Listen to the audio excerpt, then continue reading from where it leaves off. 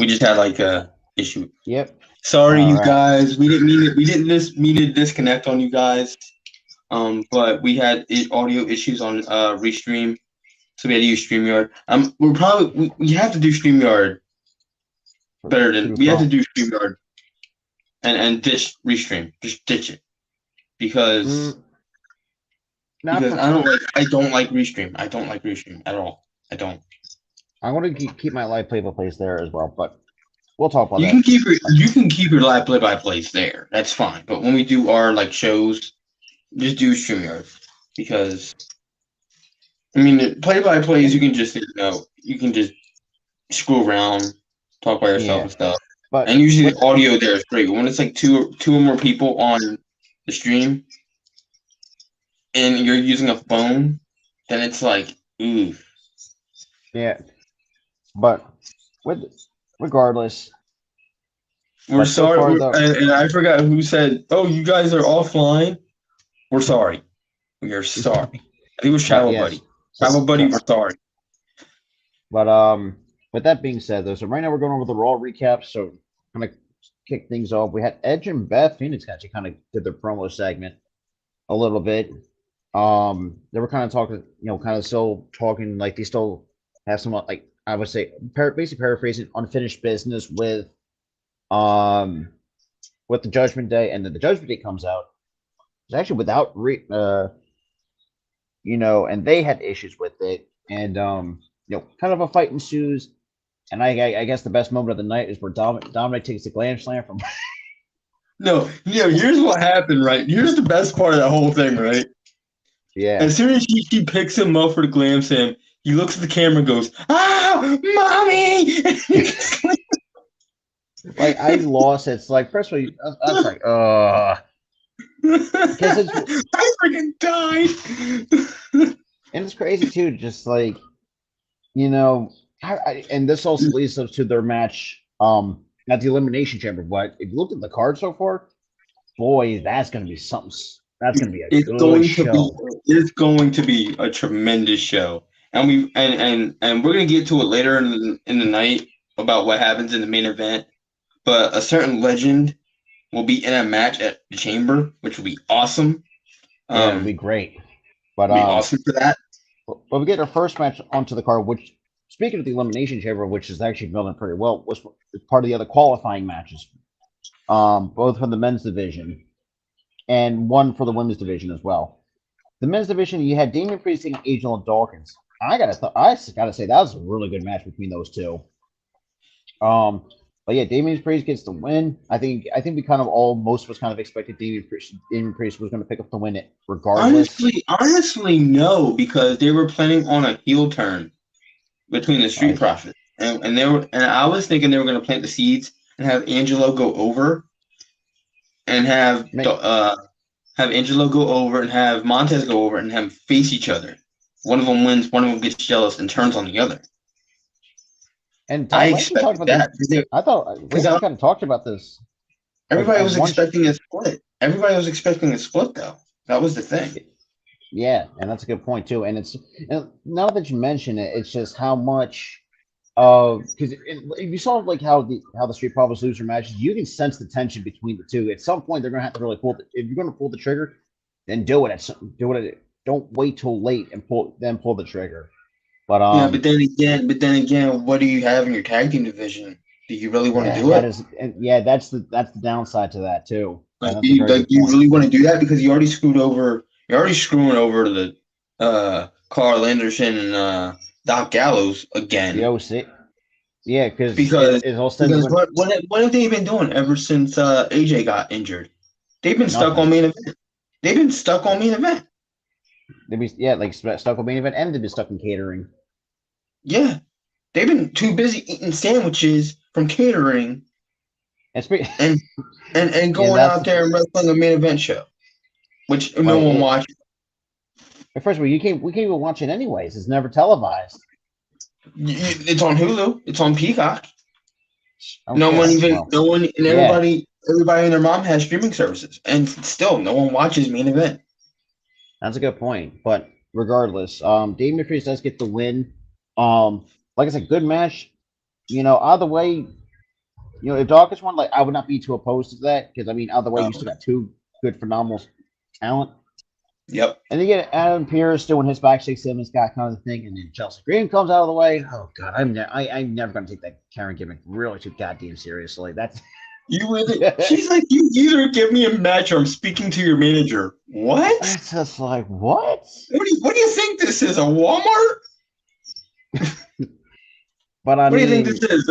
An establishment where a general manager? What are you gonna? What? I'm gonna speak to yeah, your manager. it was just ugly for like I for don't get to it. They have her they have her get eliminated in 2 seconds at the Rumble. Then they give her a Karen gimmick, a legit Karen gimmick that is not getting over. yeah, it's crazy. And first of all, and when she came back at the Rumble, like there was no response whatsoever. But then again, that's what the kind. But Chat not working, and I only went on here.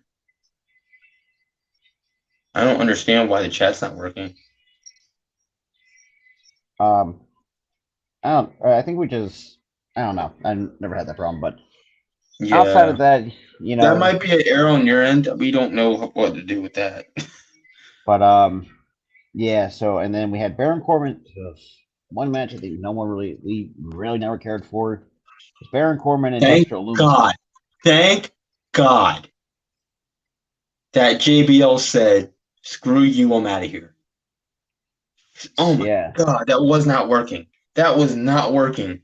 Having JBL as the heel manager to Baron Corbin, who's already not over. yeah. That's I'm so just I'm so glad he said, "Screw you, I'm out of here."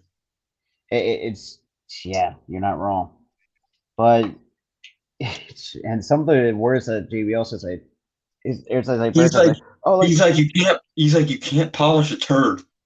I was like what? You But can't polish a turd. I was like damn like you know and yeah and that was kind of much of it been of it like obviously Loomis gets to win, not the same guy that I remember from watching it from NXT with when it was Bro, ever since he was in that comedy gimmick where he was in love with Indy Hartwell, he hasn't been the same.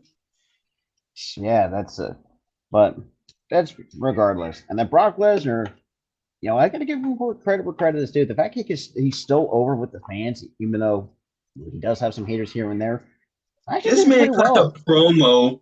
This man cut the promo talking about ice fishing. Like you can't tell me for the guy, and it puts on the southern accent too at the same time. He's definitely a guy that you would have a beer with for sure. Exactly, You and can't tell me after Brock Lesnar, this version of Brock Lesnar, you wouldn't have a beer with, because I certainly would. I would love to have a beer with I would Brock Lesnar. too. And I it's know he's not a just people person, but if it's one person, then I don't think it matters. and the thing too, like, and I've been hearing people say, "Man, he's a really nice guy outside of the ring," He's even a though nice guy. It's the problem is he's introverted. So we can't be around a bunch of people or he gets panicky. But if he's talking to one person, he'll talk your ear off. Yeah, but but he has like a certain kind of like social anxiety. Yeah, that's what it who is. could blame Social him? anxiety, where he's like panicky, Oh, yeah, that shit's not fun. But and that's bad, and that's completely valid, dude. That's completely valid. I yeah, feel for the guy for that. It's not that I think people are like often like misconstrued that when people were talking about him like years ago. People were like, "Oh, he's not a people person. He hates people." He doesn't exactly hate people. He just has social I anxiety. think he came out and wondered if he said, "Yeah, I think he admitted that he had social anxiety."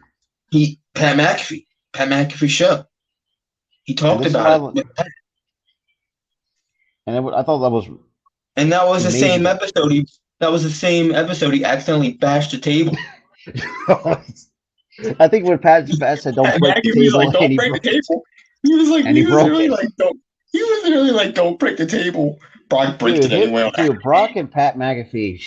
That's I just started cracking up because it's like I love seeing the humor in Brock. Dude, you I see a really more do. human.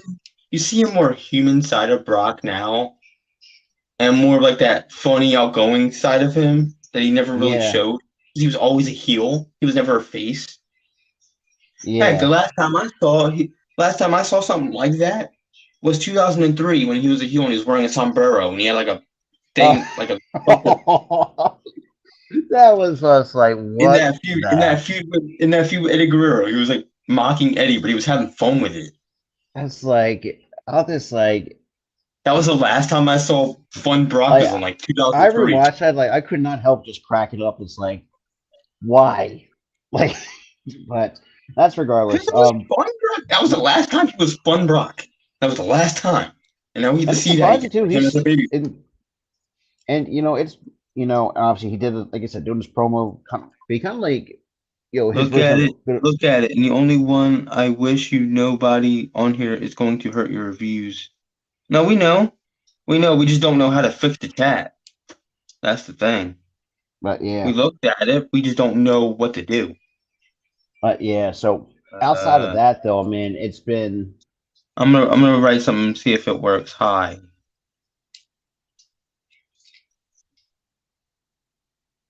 Yeah, You put it where? in the private chat. Don't, why is it saying chat? Well, whatever. I think like the chat box that you see on YouTube, but that's regardless. But Whatever. Um, but yeah, but I think then it's on you because everybody else is writing stuff, and I don't know if it's you or what, because I don't know how to, fix it. I would fix it if I knew how to. yeah, but We outside of both that, would. and then he also goes to say, like Bobby Lashley's kind of like scared that he's gonna whip his ass or something like that. And then Bobby Lashley took exception to it, and he comes out, cuts his promo. Not the great. I would say Bobby Lashley not the greatest on the mic in terms of I'd say not Bro, him as quality, a but face as Fun Brock, he's been very charismatic lately. and then Brock Lesnar says, He's "I have been a," funny as hell. and it and it's crazy I too, love like this how really dude. Him as a heel as a bad guy, and him just being like all like sheltered and stuff. It's like he would like the charisma's not there when he's a heel. But as a face, yo, that crap oozes out of him, oh absolutely, and people love it, and I dude. think people need, And he's also talking with a fake Southern accent too half the time. Funny. but yeah, it's been good, and then Brock said he pulls out a contract, said I have a $1 million contract, so says I can whip your ass or something like that. I think at the Elimination Chamber, I think it was, Yeah, they're gonna have a match at the but Elimination Chamber. I think this is gonna be a good rivalry between these two. I'm not Yeah, be me too. opposed to it. I'm just glad it's not for a title. I'm glad it's not for a I title. think Brock, and this is where I think I'll give Brock a lot of props to. I think he knows where he's done so much, Yeah. and he's already up there in age, and Yeah, and if you look at it lately, he's been having fun with it. and He's been having so much I fun. can't Like be more. You cannot feel usually, yeah, happier. yeah, you feel happy for the guy. But here's the thing: like half the time in years past, he was just going there and collect a check. He didn't really care. Well Nowadays, then, this guy's having fun. well then again, this is also Triple H actually knows how to use him in a way that he can connect with the fans. Whereas Vince did not give him flying rear end, I should say, but Vince cared. Here's the thing: Vince cared too much about the guy because he's a draw, so let's give him a title. yeah, and that kind of, Knowing well and good that this guy, right? Knowing damn well this guy is a part timer. He's going to win the title. He's going to be out for 6 months. Come back 6 months later, retain, be out for 6 months. You can't do that. Usually, when you have a world champion, you want that guy to be a fighting world champion. This is why I'm starting to not like Roman's reign because everybody is he's like on SmackDown maybe every some once months. once a month or once every 2 months. Or yeah, it's ridiculous, and this is why I'm really hoping, especially, and we'll get to SmackDown, because I mean, you can't tell me that, Why or Marty? Why Marty? Every time they have a press conference, you won't be able to see him. Ha ha ha. um, That joke. That that was joke just will never die. I will never let it die. No one should ever let no, it die. but and then that leads us to our next match on the card for Raw is the well, let's I think no one really cared for this either. It's for the Fatal 4-Way qualifying match for the Elimination Chamber, and then obviously we originally, and then you had Carmella, what did pick the win because originally on the Oh top of my my head, it's god, originally that match card made me want to vomit. Carmella, Chelsea Green, and that stupid damn Karen gimmick. yeah. Who else? Sonya, who's not even Sonya Deville. Well, no, who's just middle of she's the on. pack. I mean, I don't mind her, but she's just kind of like there. She's Yeah, usually a so I mean, placeholder for these types of things. And who was the fourth? no, Chelsea Green was later in the show. She Oh, was on so oh right, she was in another match. That's right. because he had Carmella, you Yeah. had Candice LeRae. Oh yeah, Candace, who's not I even can't think of over. the other two. I Because know you originally had all Sonya. I know you had Sonya in a match. and yeah, Sonya. Well, Sonya was actually on SmackDown actually, Oh, okay. but yeah, unfortunately, Carmella got the win because originally we all thought it's like, oh, they're going to give it to Candice LeRae. You know, since you ever have Gargano in there, I mean, I don't think, but here's the thing. I don't really think Candace deserves it because she's not getting a crowd pop. Carmella, she's at least getting something. yeah, even But though but she might but be not be the Candice LeRae has gotten nothing ever since returning. it's Nothing. yeah, I agree, but. That takes us to our next match. Alpha Academy take on Cedric Alexander and Shelton Benjamin. Had with Hey, MVP. hey. Shush, please. Thank you. But I think it was. It's crazy too. It's like these four men actually put on a really good match. I thought this match was really good outside of Damian Priest and Angelo Dawkins one-on-one match. Yeah. Shelton Benjamin and Cedric pick up the win. It was very interesting to see an MVP by their side. To say, I feel they're really heavily teasing the return of the Hurt Business. I really do think that's what I'm getting out of it. The weird thing about this, Rob, is that they're not the heel Hurt Business. They're a babyface Hurt Business now. I Because mean, they're remember, getting a good reaction. you had, I think last week you had MVP turn face all of Yeah, a sudden during his promo with Austin Theory, and then him trying to block Bobby from attacking Austin, and then him going, "You hit him." That was a face turn. yeah. And had a good crowd reaction out of it too, with that face Yeah, turn. yeah. So now And you're that getting a babyface version of but it's was also weird though because you still have Omos who's a heel and he's still managing Omos. that is true. It's weird. It's kind of like a weird tweener babyface heel hybrid turn. I don't know what it is. Yeah, it's It, been very. at this point, it's a tweener, I'm guessing, and then like, I but guess what? so. But I'm guessing they're just scrapping the whole Omos thing. I don't know what's going on. We're just I gonna see don't know what either, happens in the future. but But outside of that, shit, I cannot agree more. But next match we had on the card. Speaking of Chelsea Green, she does take on Asuka one-on-one, and yeah. So let me guess, the Asuka, match ended at like 2 seconds. the way how that match was entire one side for about a couple of minutes. So Good Asuka does pick lord! up the So win they via basically via the jobbed out Chelsea Green. pretty much. What was the point of re-signing her then? What was the damn point? What was the point? Yeah, very. And there's no point. Like, There was no point in re-signing her if we're gonna job her out. No point. yeah. But outside of that, and then we get to, I think it's probably the best segment that we've seen so far. A little bit of a promo battle between Paul Heyman and Cody Rhodes, and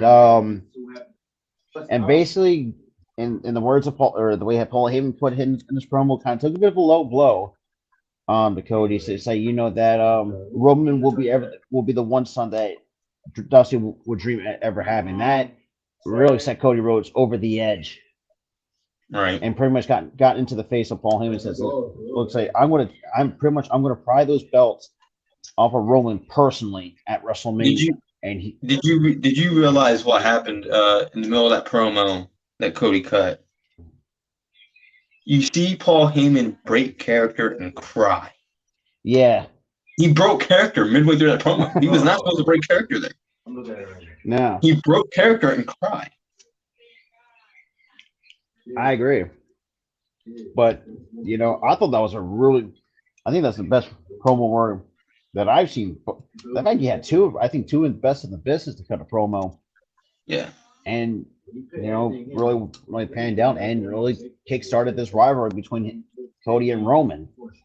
Yeah, I really like that. But I hope this whole start of this feud doesn't overshadow everything, or doesn't get overshadowed by the Sammy thing Yeah, for and that's SmackDown, what because I think Jeff said this too, or DJ actually said this too. Like this is kind of like how Daniel Bryan was. Like when Daniel Bryan got white hot, like it changed plans.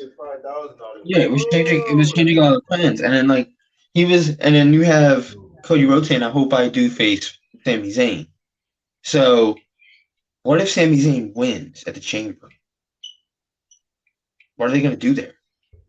Yeah, that's and then and that's gonna be a bit of a problem. I think that WWE is gonna run into because I mean you already have Cody who won the Royal Rumble.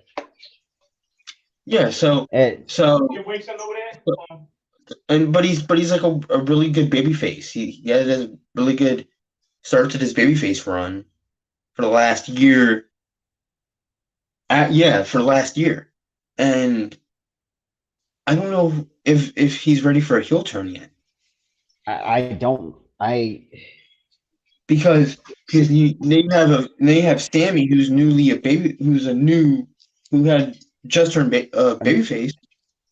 and has a lot of white hot momentum going into the Chamber. So much momentum, so much, man, and I don't know if I would have Sammy win here. I don't.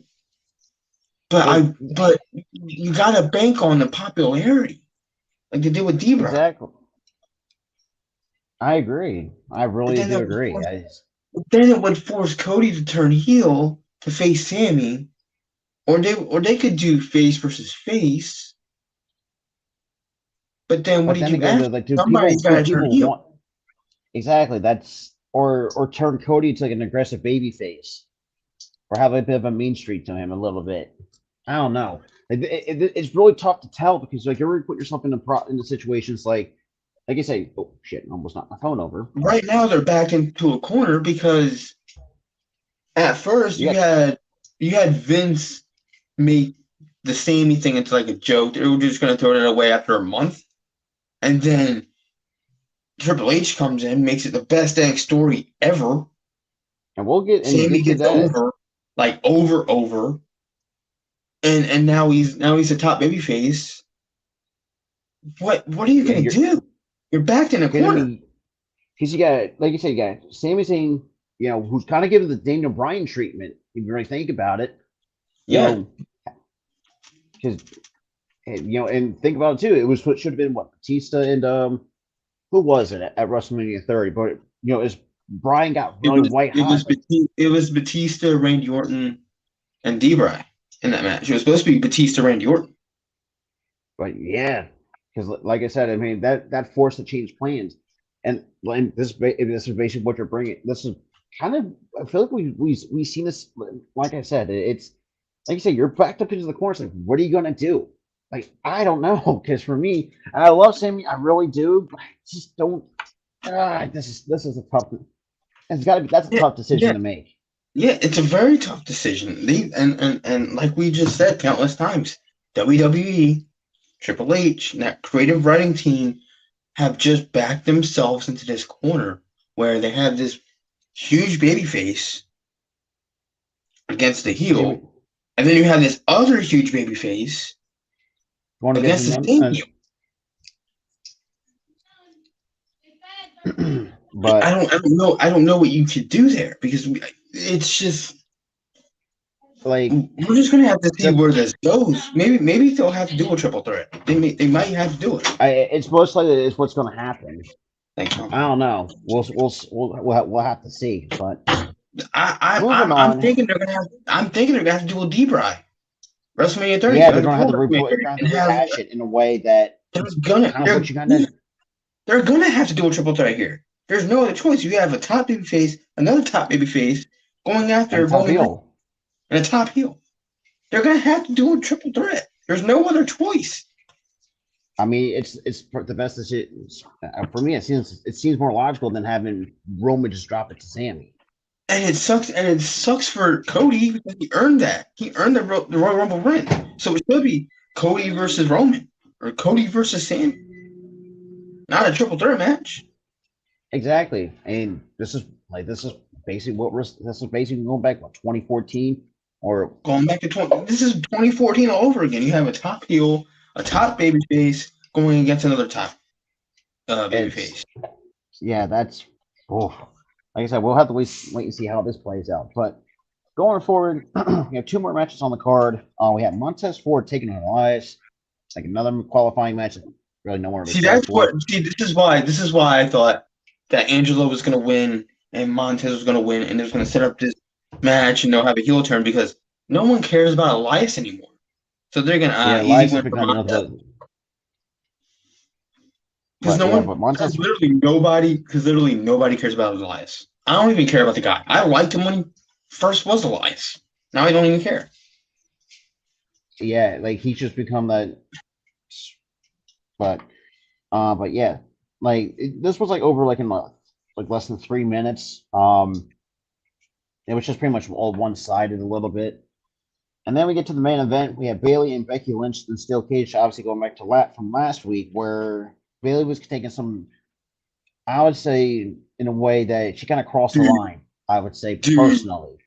she was like the only reason why Seth stay with your ass because you got knocked out. I'm like, oh god. I was like, oh, you just crossed that. I think that really would set Becky over the edge because I of was that. like, oh god damn. The And only reason then, why she stayed with you because you knocked her ass up. Like, what the fuck? but yeah, and then that was a pretty even match between the two ladies, and then unfortunately, Damage Control tried to get there somehow got involved or tried to run away, get But involved.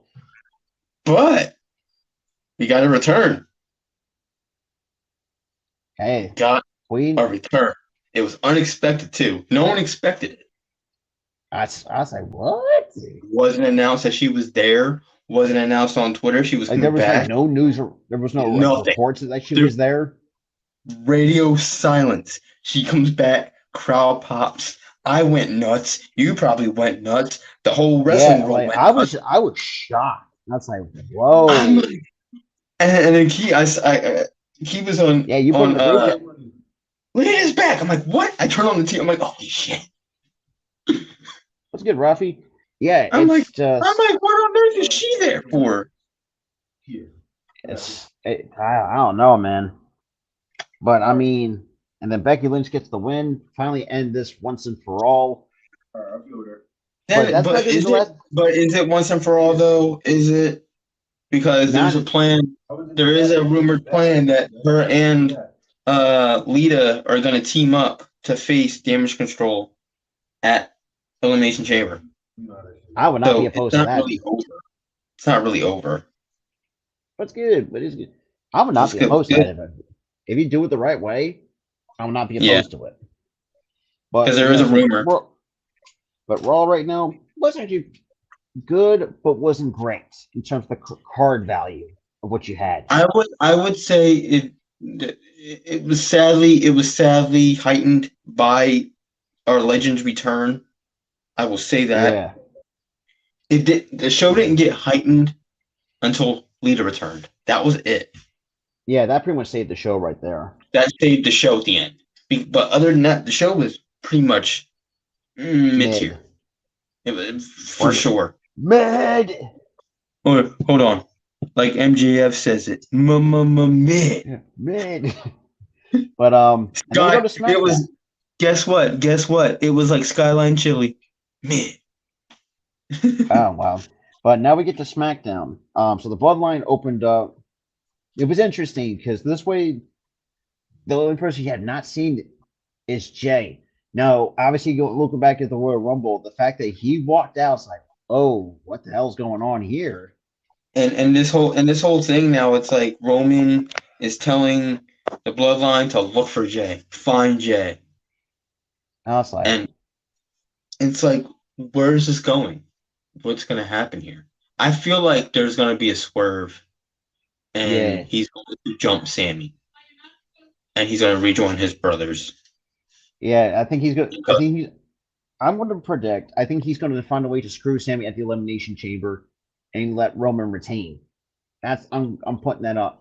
he's That's going my to do the prediction. whole classic hood thing. Who's this guy attacking Sammy? It's going to reveal it's Jay. Yeah, I feel like but yeah. that's what's going So to happen. He's going to rejoin the Bloodline. Because I really don't. I feel like the Bloodline shouldn't break up yet. Do I no, that's think too. do I think Roman should drop the titles? Yes. But I mean, do I think the Bloodline should disband now? No. absolutely no. That's It's a, still that's your over. moneymaker right there. It's still over with the fans. If Just it drop. starts to Just die let. down, if it starts to die down, Then you then disband it. disband it. But I don't. I don't see that them I don't losing their. either. I just don't see it.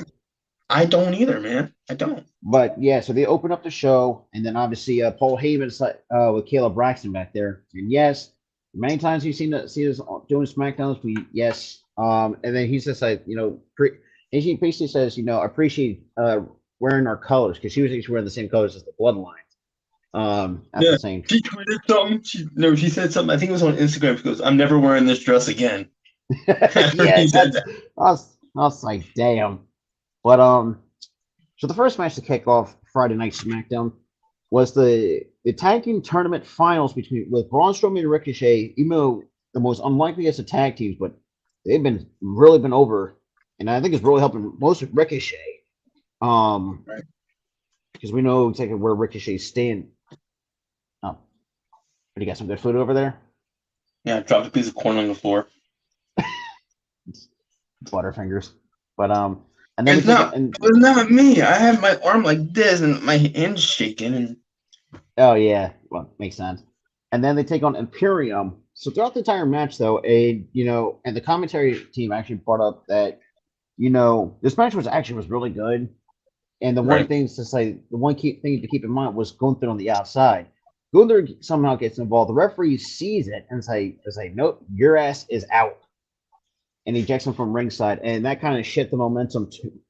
And then Braun Strowman, and that allowed Braun Strowman and Ricochet to pick up the victory over Imperium. That was a really solid match between Imperium and Ricochet and Braun. Um, Now the and then we question get is to now the question is why would you not have Imperium go over to get that tag title shot? yeah, that's what I would have done. That's what I would I have would have done done. that too. I like Ricochet. So I think I like because Braun. I think that's the But next team I think should be tag team champs. Because let's be real, you cannot tell me Imperium's not tag team title championship material. You be they sadly are. mistaken. They are. You, I mean, yeah. So the next thing we got for SmackDown, of course, who else to have a backstage anything other than Charlotte Flair? Look, we all know how we Uh, feel about her. Get her It's off pretty my bland. TV every week. It's like Well, it's the same. every single time, man. I am screaming at the TV. Get her off my TV. Yeah. So I mean, Don't like Charlotte. outside of, but like I said, we're gonna see, and then obviously it's still the continuing crap for the last handful of weeks between her and Sonya Deville. Oh dear So God. she interrupts the segment, and that leads up to their title match, which no one's really going to care for, and we know that's going to be one sided. Um, and we skipped out of that, and then we did get a bit of a segment for the Clash of the Coliseum. Obviously, this is before NASCAR season started. They've been heavily promoting that on Fox, and yeah, and that kind of was like Ray and a few cut, and they had the Judgment Day as well over there, and then you had, even though I feel like that shit was kind of fake, because you had like other people like driving the cars, just with Right. I don't know if you picked that up, Oh my but God. It was because very obvious it was the NASCAR first drivers of all, during Ray's too caution. fucking small for crying out loud. Ray's too small to even reach the pedals. Exactly. Like, Come on. but yeah. So I think no one really cared about that. The Masters, which is promotional segment. Um, and then we get another backstage, and that leads us to the next SmackDown Women's Title match. Like I said, no one really cared for it. It's all one sided. Charlotte Flair locks in the figure eight, and Sonya Deville taps out. Jesus Christ! Just get it. Just look. Get rid of Charlotte, but keep Sonya Deville out of the title picture because I don't know why the hell they're still giving her multiple opportunities when you have. Well, then again, the roster has not been really great. Here's the problem. Here's the problem. Here's the problem I have with this. It's that Sonya Deville had all this momentum in NXT. She gets called up. Momentum gets shifted a lot to where it's nothing. Ooh, excuse me. Ooh, goddamn, excuse me. But you're trying to get this momentum back, but at least build it before she gets a title opportunity. After title opportunity, build her to that moment. Exactly. Having her immediately in the title picture is not going to help. But yeah, couldn't agree more with that. And then we get another backstage segment with the Bloodline. Like I mentioned before, how they open the show, and like Tyler, like you said, they say, Jim, right, or Roman looked at Jim and said, "Have you seen her?" Like, and I think the most stern way possible is basically say, "No, have you seen your brother?" And you know, Jimmy kind of got a little bit irritated and kind of, I would say, not say snap, but responded the way that it's like he hasn't really seen him. And he told the Paul Heyman to call Jimmy or Jay, um, and try to figure out where the hell he's at. Goes right to voicemail. Yep, and right into voicemail. Like this is good. This part of the Bloodline story is getting very interesting. But that's doing for that. Then we get another tag team title, or not, I want to say title match, but another tag team match between the Brawling Brutes, which was Ridge Holland and Butch taking on the Viking Raiders. Very physical between these two, or between these two teams. I think somehow got involved and allowed the Viking Raiders to pick up the win. Either way, I thought it was still a good match, regardless. Even though so far though, that's like two good matches so far with a couple decent segments, but in one good segment, the bloodline. But then we get one more, and this is also going back to the women's qualifying match, another fatal four way with Shanti, Natalia, Shayna Baszler, and Selena Vega, for one of the spots for the women's elimination chamber in Montreal, and then Natalia gets the win. I don't get it. 4 women. I don't get it. And none of the 4 women are over. None of them. Nope. Especially Shayna, though, man, which is a shame.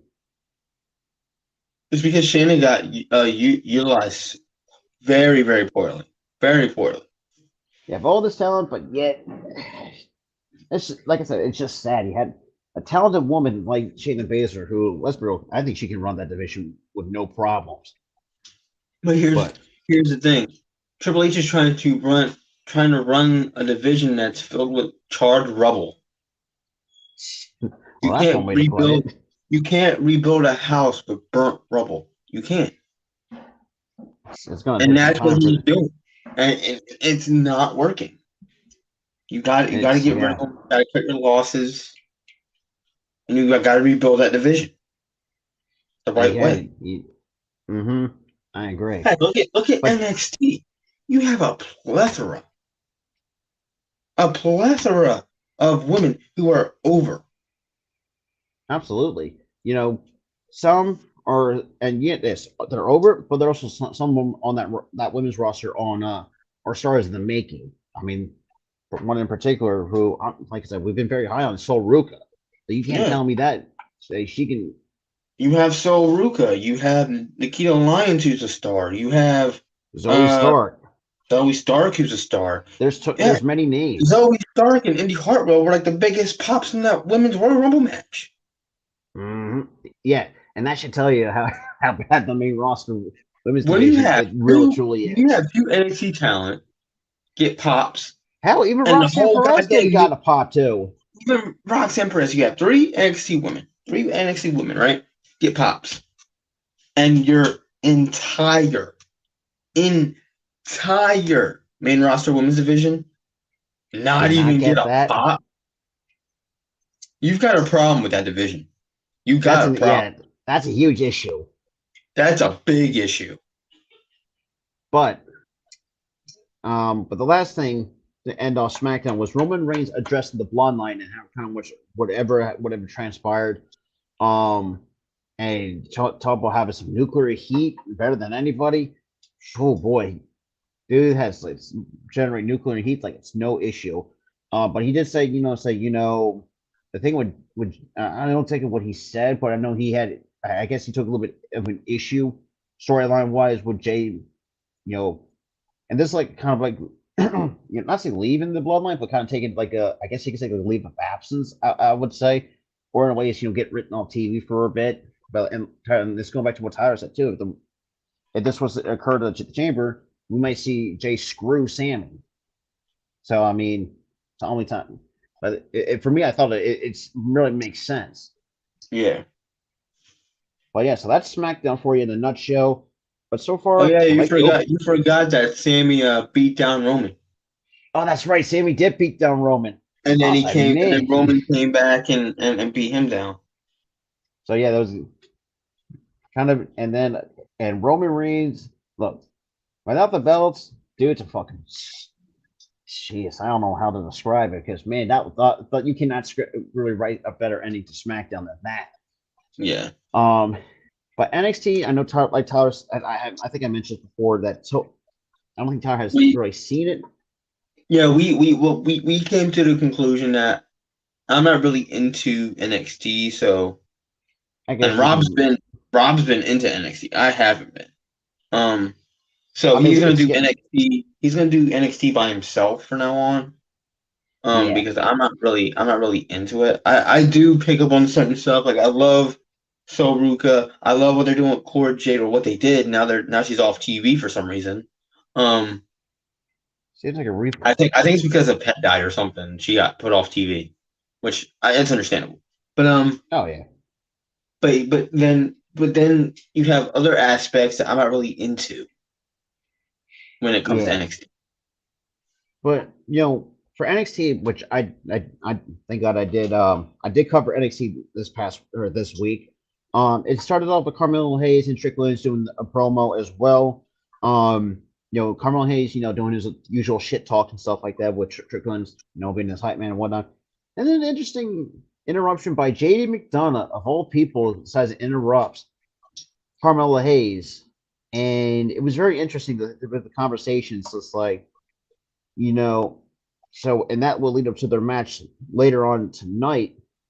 Um, because you cannot tell me Carmelo Hayes is not a megastar down in NXT, and oh boy, but yeah, that was a great segment to open up. First match on the card we had Sol Ruka and Zoe Stark. Um, Pretty physical, surprisingly, and Sol Ruka too. Not just from the athleticism standpoint, she's got some strength to her. She's got some power. Like people don't. She's got that hidden, some hidden tricks that you may not would not expect out of from like Sol Ruka. But it's been very physical between the two women. Zoe Stark gets the win. However, Zoe Stark, doing her heel tactics after getting the win, still beats down Sol Ruka. I think Sol Ruka kind of fought back, and I guess you could say she laid out Zoe Stark with a Soul Snatcher. And you probably the best finisher on NXT. And then we move on to the next match on the card, which was Dabba-Kato taking on Dante Chen, which obviously is the enhancement talent. Like I said, it was just a plain old squash match. Like I think really no one cared for it, but just I'm seeing. so glad. I am so glad they ditched that Commander Aziz character. I'm so glad. And the end, Dabba-Kato gets the win. Like I said, it's generally a typical squash match.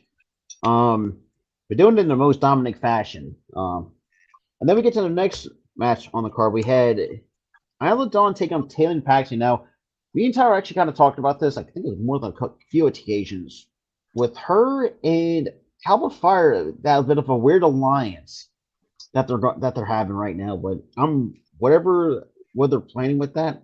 I mean, let's just keep it going. Um, Tatum Paxley, look, I think took issue with I think Isla Dawn when they had a bit of her own backstage segment and really didn't pay attention to what was going on. But Isla Dawn does get the win. Um, she's fucking Isla Dawn's fucking creepy as fucking hell. I will admit that. Um, and then like I mentioned previously with Carmelo Hayes and Jade McDonough kind of going face to face, that leads up to their match right now with been very physical. Carmelo Hayes did his thing, picks up the win over Jaden McDonough. And then we cut to another backstage segment with Tiffany Stratton, who, for me, not one of my favorites in NXT. Dude, her voice is like nails on chalkboard. I can't. It's because of that. Her like the talent is there. It's her gimmick. It's her gimmick. The gimmick is what's doing it for me. But and then she takes and Thea. Oh Jesus Christ! You talk about one of the most hyperest person you could imagine, with full of energy. She's like every single week. Like damn, it's like do you not like crash? But I don't think she's crashed ever since she debuted. Yeah, and it's like, but yeah. So outside of that, that was just a quick backstage segment. Then we get to another match that's where to be honest, I was really not looking forward to.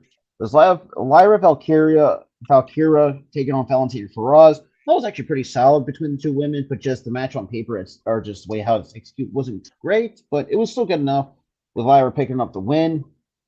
The Elektra Lopez kind of pulling a William Regal basically through the brass knucks and just kind of screwed Valentina.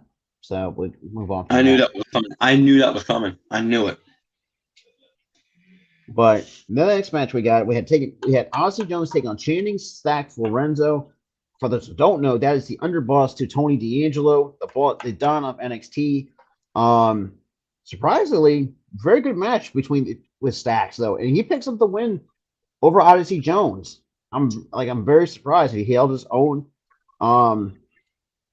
But and that leads to two more stuff on the things on the card. Chase U and Pretty Deadly. Oh, good lord. It was been pretty even for most of it. I cannot stand Pretty Deadly for crying out loud. Like it's really hard to divert my eyes from the damn TV screen. But however, though, Chase U, like you said, Tyler, when they started Vengeance Day, the fact that they had the spinning stomp got over with a big crowd like that. Chase U pulled that out. I was waiting. If the crowd's gonna spell Chase U, and they did. I was happy. You'll love to see it.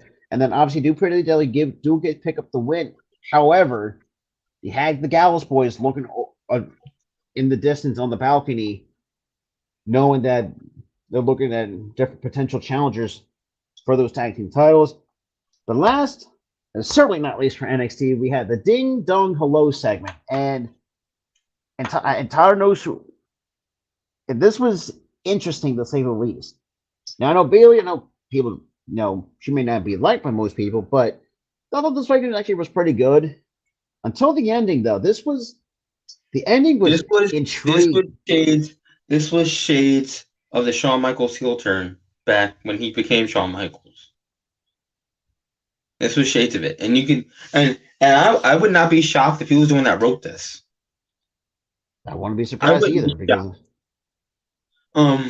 but I want to comment on one thing. I feel like JC stiffed her a bit. Yeah, that was a bit of a stiff shot. Yeah, that was stiff. The thing is, the kick itself when she super kicked her, that's fine. But when she was laying at the door, she stiffed her so hard that her head hit the door frame, leaving like this ginormous red mark right on this side of her face. Yeah. But then again, I think I've seen worse from Gigi, so I mean that's kind of not the first thing. Gigi did shove a tampon down somebody's face. Yeah, that was something. But that was something. That was something. But I mean, so Toxic Attraction is no more, and it's like, Yep. where Toxic the Attraction is dead. It and is honestly, dead. and Tyler, let me ask you this: would you even have? I mean, like, if you were the writer, would you even plan a breakup of Toxic Attraction? Just read that, because that's kind of how I won't say how I would do it, but that's kind of how I want to try to you know and show. I would. I'm Try, gonna. I'm gonna say this. I'm gonna say this. And I was thinking about this for a week now after watching that heel turn on Tuesday and pondering what happened and figuring out if that was the right call. You gotta think of it this way. When Mandy Rose was the leader of Toxic Attraction before she got fired, that was the hottest attraction, legitimately. in NXT, And it absolutely. was over. But now Mandy, the leader, the lifeblood of Toxic Attraction's no longer there. Toxic Attraction as a team isn't even getting over as much. Yes, Gigi still gets over. Yes, JC still gets over. But is it really as over as it was when Mandy was there? No. So I think it was No, and time for them to become single stars, split up, plus too, I just think get also out of that. Gigi also had more success. If you look at Gigi's record or her track record in other promotions, like, she has done pretty well as a singles competitor. Yeah, she's hardly ever And been in a tag team. I think this is basically her first tag team that wrestling fans have seen her in yeah, outside of the company. And she worked an AEW show um as a single not too star. long. She worked indies. She worked the indies as a single star. She was hardly ever a tag team star. But Absolutely. but now you have this tag team breakup because the lifeblood of the tag team, the lifeblood of the faction, out of the company. She's no more. I agree. So I agree. what do you do with this team that's kind of floundering a bit? Yeah, they're I think still that's over, but they're not as over as they once were. I feel like it was time for them to just become single go the separate. stars, go their separate ways, grow as singles competitors, and then get called up. Absolutely. But so far, last recap we're going to go over is AEW Dynamite this past Wednesday. What is up, AK? How you doing, man? Let's get AK. Um, First of all, to kick off AEW Dynamite, I almost said NXT, so screw that. Yes, We we have had MJ. NXT 2 days in a row. NXT 1.0 Yeah, and so, NXT 2.0. well, I think we want to forget about the 2.0 era, but that's besides the point. But to kick off AEW Dynamite, we had MJF and Kanasuke Takeshita. God, I really hate Japanese names. I really. And then, And don't take no, I'm Takesh. butchering it. I know how to say it. You It's have Takeshita, even as my MGF points, it's Takeshita. So I mean, regardless, this was a championship eliminator match. That stemmed back from last week on Dynamite after a backstage brawl between these two. Um, and obviously MJ gets the win on a very deep salt of the earth, which is the Fujiwara armbar, and yeah, he really wrenched the shit in. Obviously wins by submission, and yeah, now be done with that. However, I think he was never done with it. Brian Danielson took issue with it. Um, he comes out, tried to make the save. Regardless, Takeshita gets his head split open after taking a shot from the MGF wearing the Dynamite Diamond ring. But we'll leave it at that, and we'll talk more on Brian Danielson in just a bit. But the next match we got, or on the card right now, is the Bunny and Jimmy Hater, this was a promise by the Bunny, and him and Jimmy Hater kept her word to have the match with the Bunny, mostly one sided, but I'm really kind of digging Jimmy Hater. It's you can see the leaps and bounds that Jimmy Hater has improved since coming I into the remember when company. she first started. I remember when she first started. I think it Oh, was and early. you and I have been talking a lot, mad I shit remember, on her. I remember. I think this was early 2021 when she had debuted, and I was talking a lot of crap. Oh, She can't boy. wrestle. She can't wrestle. She botches too often, and she did. She botched And way too often at the time. and she was good at cutting Now promos too. she was always good at cutting promos. The problem was she couldn't wrestle all the time. Now we see growth. I hardly Absolutely. ever I hardly ever see this woman botch anymore. Ever. No, because it's like ever since having that, and at some point, like I've always had her at one point, you know, and we did talk about this one point too. She had to make it of like if she grew and developed a lot more. Who's to say? And we actually kind of said she could be a women's world champion material, and look almost like 1 or 2 years later, And she's it's now it's holding. because it's because AEW Tony Khan and that entire staff saw something in her because excuse me, because she grew. She grew as a competitor. She grew as a wrestler. She grew as a talent. Absolutely. And obviously, Junior here does get the win over the Bunny. So that'd be the end of it. And then we cut to a backstage segment with Tony Storm and Saraya, which also stemmed back from last week as well. And, I'm kind of conflicted. It's just seeing Tony Storm as a heel just does not make any sense to me. I still can't get over it. Like Saraya, like as her as a heel, like I'm okay with that because at least she knows how to be a heel. But just Tony Storm, I can't get behind that. They Here's did a here's good. what here's what I think is wrong with this turn. Is that this all stems from a feud with Britt Baker. And they're feuding with Britt Baker, but then you turn heel, but yet you're still feuding with Britt Baker, who's a heel. And it's like this all stems from Britt Baker. And it's Yeah, like, why are you turning heel when you're trying to feud with another heel? yeah, I it don't. doesn't make any sense. And then you have Ruby Soho trying to ask Britt Baker for help. She gets turned down because, like I said before, just 2 seconds ago, Britt Baker is a heel. Absolutely. So I don't understand this. And also, Soraya hasn't been there that long. Why are you hot-shotting her as I a was heel already? Tony, I don't really mind. She's been there maybe a year or so. So maybe turn her heel. Fine, cool. But you have Soraya, who's this top babyface. She's only been a top babyface in the company for for like for three like months, two. I was about to say three or two, three four months, months at the most. 4 months. Yeah, 4 months. She's only been there 4 months as a babyface. She's gotten over as a babyface. You turn heel randomly after a And match. it doesn't make sense. It makes none at all. It doesn't. It makes zero sense to me. Absolutely, I agree. I really agree. And then we get to, like I said, this is also the fact that they want to try to knock down the pillars or the way she put it, they kind of like the originals, the OGs of AEW. So that's kind of where we're keeping on with that storyline. For the next match we had on the card, we had the Jericho Appreciation Society, but this time it was the Gauntlet match with Ricky Starks, taking on most of the members of the JAS. Unfortunately, Chris Jericho somehow got a way involved, and kind of disguised himself in a mask and just screwed Ricky Starks basically for an opportunity to get another shot at him. But yeah, and that was pretty much about it.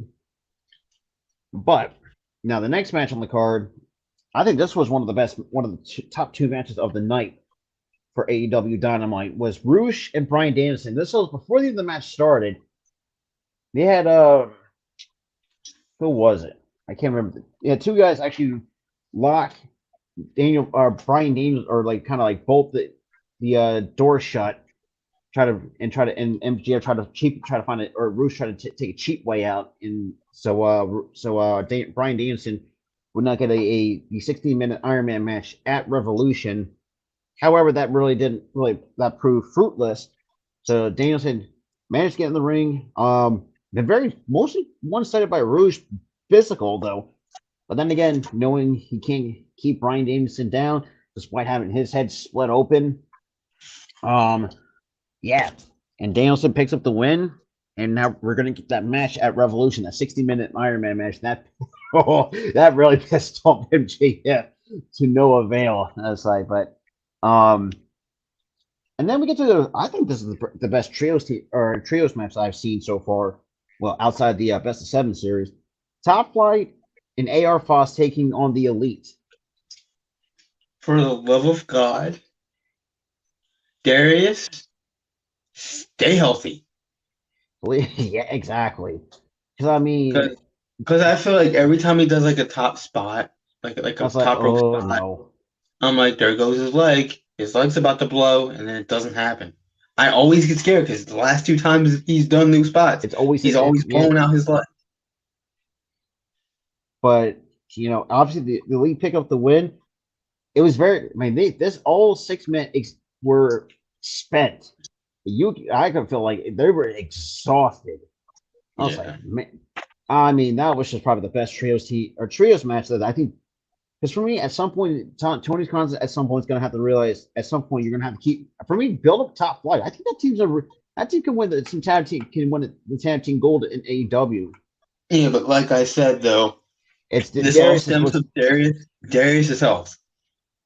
If you can keep Darius healthy, top flight, sure, you can build him up. But yeah, But like I said, Darius is the question mark. yeah, But then we get a backstage that was just Stokely Hathaway, even though one guy that feels like I want to punch in the face, talking to shit about Hook. And who do we see in the background? Hook almost break this man's arm during a backstage interview. I was like, I'm like, bro, calm down. it's like get back. Like he just told his like kind of put pressure on I think on the one of the weak spot in the elbows. And Stokely yells out get a medic or something like that. And then we get to the main event where it got everybody talking. The after the main event, the Acclaimed to take on the Guns for the tag team championships. The finish was not the way that I would see it. Yeah, I was gonna say that too because why would you have the Acclaim drop the titles like that? It was Like, I don't mind the Guns. Yes, the Guns deserve a title shot and a title win, I don't think they but were ready. it feels like the Acclaim just won the titles not too long Yeah, ago. So you have them have a short reign, and they're still I don't over. get. They're still over with the crowd. So why won't you just keep them as champions? I don't get it. Unless I really. unless you're getting a rematch at Revolution and they're winning back the titles at Revolution. I think that might be what's happening. But that's going to be the end of it for Dynamite. So, like I said, I don't have much topics that I had written down for tonight. Um, but we did have some stuff as well. Like I said, we did mention Gigi showing off that nasty bruise on social media. Um, just boy, the Undertaker, made some comments, very positive comments on the Bloodline storyline. He said, I think he says, "quote that it's been very well done." Yeah, So you have when you start, and I'm thinking this too. It's like when you have a good storyline to have one of the all-time greats in the Undertaker to say it's been very well done. Because let's be yeah, real, because storylines nowadays have been hit and miss, for lack of yeah. a better term. But that's appreciation of that. And another one, Eddie Kingston, kind of not happy with MJF getting TV time, so he kind of tweeted out. Means because take this for what you will, but he tweeted this out quote saying, "Side note: since when do we need to see this world champ 3 times within an hour and a half when it's a 2 hour show? F Ortiz, F House of Black, and F the roster. Borderline die alone. I tried. I don't need Mox and Penta. F everyone, especially the quote unquote pillars." He also goes on to say, "quote How long was that long way to fake BS take from MJF?" I absolutely agree with what Eddie says here because there's no excuse to have MJF on the same show for 3 hours, 3 separate times like that. You don't need MJF that many times, and it also takes away from the talent. Like you said, House of Black, him, Ortiz. I mean, Ortiz, and him and Ortiz just started a program where they're feuding, and you're not gonna which make I'm, time for that. I mean, I'm really liking the start of this feud between Eddie and his former LAX brethren. That's I was digging it too, and then they just axed TV time. And which, Yeah, and they might exact, get a dark. They might get a dark here and there. They might get a rampage here and there. But are they on Dynamite all the time? No. That's a no, problem. absolutely not. If you're starting a But storyline, wouldn't you have them on TV every single week to build that storyline up for the pay-per-view? That's coming up. Revolution's coming up in what? Later this month? um, March 5th. You have 2 months to build this up. Yeah, you started this feud, I would say late December, early January. Absolutely, And I agree. you were building it up, building it up, building it up, building it up, and then you stop midway through. And it's just like what? They're not Like, they're not on TV. They are not on TV. Him and Ortiz, who are having a program together, who are having a feud together. I, which is an interesting storyline between these two. Yeah, You it's know, an and you interesting can, it, yeah, it's an interesting story. Every wrestling fan is saying it's an interesting story. But the it's just problem like is now you have Eddie off TV, you have Ortiz off TV, and also you're continuing to screw over Malachi Black and the House of Black. exactly. You know, Which I was hoping when his contract was up and he was taking leave, I was thinking he should go back to WWE because they are not doing anything with that group. Nothing.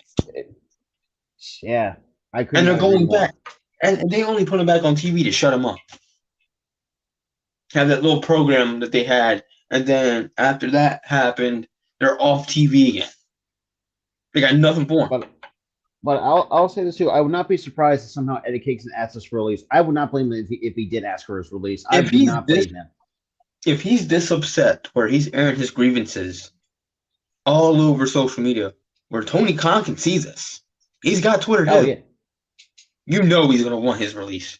You know he's begging for it by tweeting what he says. Because usually when you tweet bad about your job or something like that, you get fired. He's wanting to I get fired. mean, So I Because would Eddie give him Kingston can a take his release. talents elsewhere. Take your talents elsewhere because AEW doesn't value you. I feel like Exactly. heck, I feel like Impact Wrestling valued him more than AEW does. He was on TV more in Impact than he does in AEW. Think of this too. Like the one segment they had the new LAX, him, Ortiz, and Santana with Conan Homicide, and They worked a great storyline that was a there. great ass Great segment. You storyline. can't. I was like, Great oh, storyline. And then him with James Storm. Yeah, the group kind of sucked, great. but they were still on TV. Like Still on TV. Week in, week that's out. Didn't matter how bad it got. He was still on TV. that was ridiculous. AEW. But AEW. They put him on TV for a program here and there. They put him in there for a random program with him and CM Punk. Then he's off TV. Then he's in another random program on TV. Then he's off TV. Then he starts a random program with Ortiz, who was his random tag team partner, because Santana and Ortiz are beefing in real life. yeah, I completely forgot. Yeah, Santana, I think, is basically out of AEW at this point. Um, but then they start a program with him and Ortiz, and then you randomly stop it. Don't put him on TV. Don't even put House of Black on TV. So that was ridiculous. I can see where Eddie Kingston's coming from. I can see it. Absolutely. Another Like there's a thing. lot of and then not only that, you oversaturate your watchers. You oversaturate the viewers with MJF 3 separate times in 2 hours. Like it's You don't need yeah. that. So The only thing I don't agree with was what he said about the the whole BS thing. tape.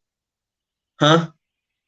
I'm talking about what he said was like the long-winded BS take. Yeah, I couldn't disagree with Not that, that. not that. The other take with the whole pillar thing,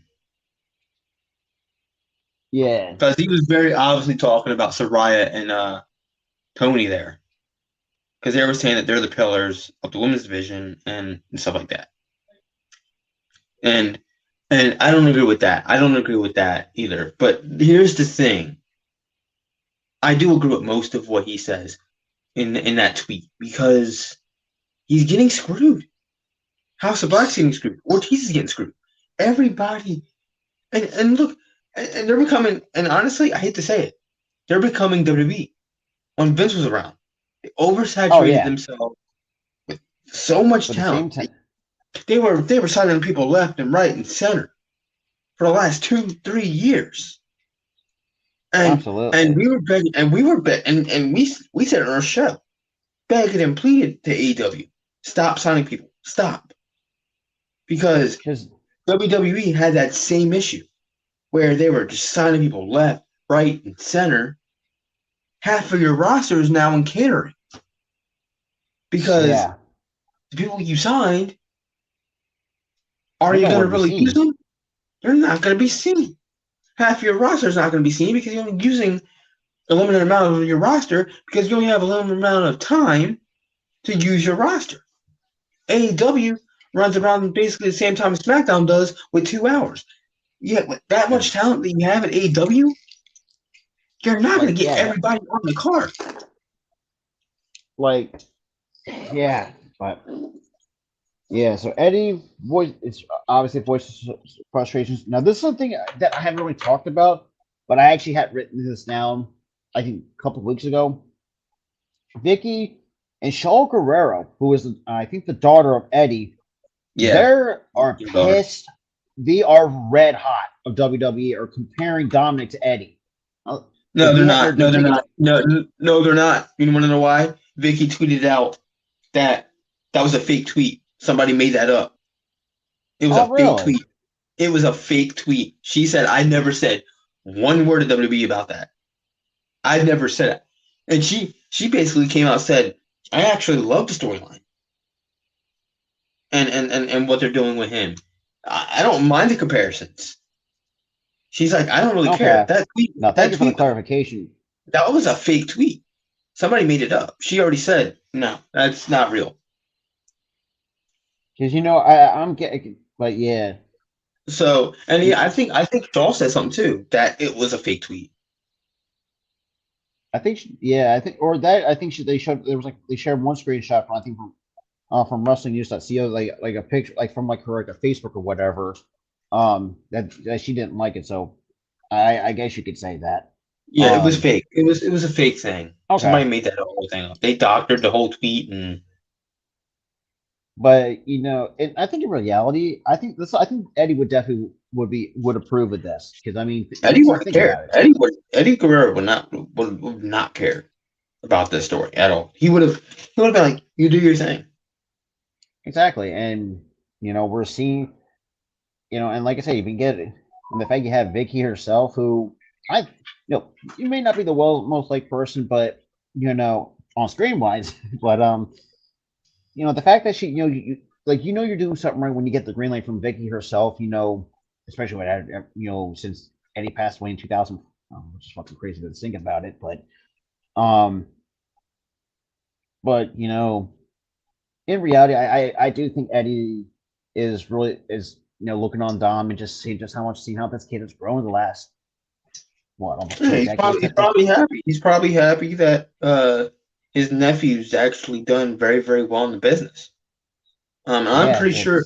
I'm pretty sure Vicky is proud of her nephew, and I'm pretty sure Shaw is proud of her cousin for that, and her it's unbiological just cousin for that. it, It's yeah, a great. It's great. It's great what he's doing, and the whole tweet that Vicky said that she hated. No, not real. It wasn't real. okay. She cleared it up about a few weeks ago that it wasn't real. So But the last thing I want to talk about, Seth Rollins is still has issues with Logan Paul in the WWE. And this is That a storyline. basic. That storyline. That storyline. Storyline. Not real. Because remember, now Logan Paul is working as a heel because he threw out Seth, and he started to show that cockier heel side of him. Yeah. So that's more so that's more so of him just working a character. I ain't looking into that too deep. But yeah, so that's what I have so far. Because like I said, we did pretty much. Like I said, apologies for the technical issues as well. Holy crap, had to suck in some air. So yeah, that's gonna do it for the It's Rolling Podcast episode number 38. I mean, so far though, I mean, been some interesting news. You know, and stuff like that. Um, Now you know, next week, y'all, there's not gonna be an episode 39. There's not gonna be an episode 39 because we'll be doing DJ Storm's show instead of doing our show absolutely, next week. absolutely. Can't wait for that. Um, like he says, he's the self-proclaimed best in the IWC. You ain't Um, wrong. he's not wrong at all. He's also the most charismatic, so you will be entertained thoroughly by this guy. He's an awesome guy, Absolutely. awesome dude. Heck, he showed me love uh on Facebook yesterday when my dog died. Showing me love, Yeah. and I appreciate that from him. So thank you, DJ. Um, so Yeah, so stay uh tuned for that. stay tuned for that because you're gonna be in for a good show. Actually 7:30 Eastern time, Thursday, January or February 16th, 7:30 Eastern time for the rundown for the Elimination Chamber because the way how the WWE is actually building this pay-per-view really well. This pay-per-view is going to be a good show. But with that being said, It's gonna be absolutely amazing. I feel like it's gonna be it looks absolutely amazing on paper so far, it but comes down to the execution of the show. it comes down to execution because look at the Royal Rumble. It looked okay. It looked okay, and then it just came out to be absolute trash. Only thing that saved the show was the main event. That was it. And the whole show that on Sunday last Sunday was bad, But yeah, bad. so we'll see come Saturday. Or not last Um, Sunday, the Sunday before last. It was yeah. bad. But with that being said, though, like I said, stay tuned for the rundown with myself and Tyler S. Guest with DJ Storms himself. We're going to go over um the Elimination Chamber, which is I think the next step into right now on the road to WrestleMania. And Yep. yeah, it's gonna be fun. It's gonna be fun. But with that being said, we'll see you guys on the next one. Peace.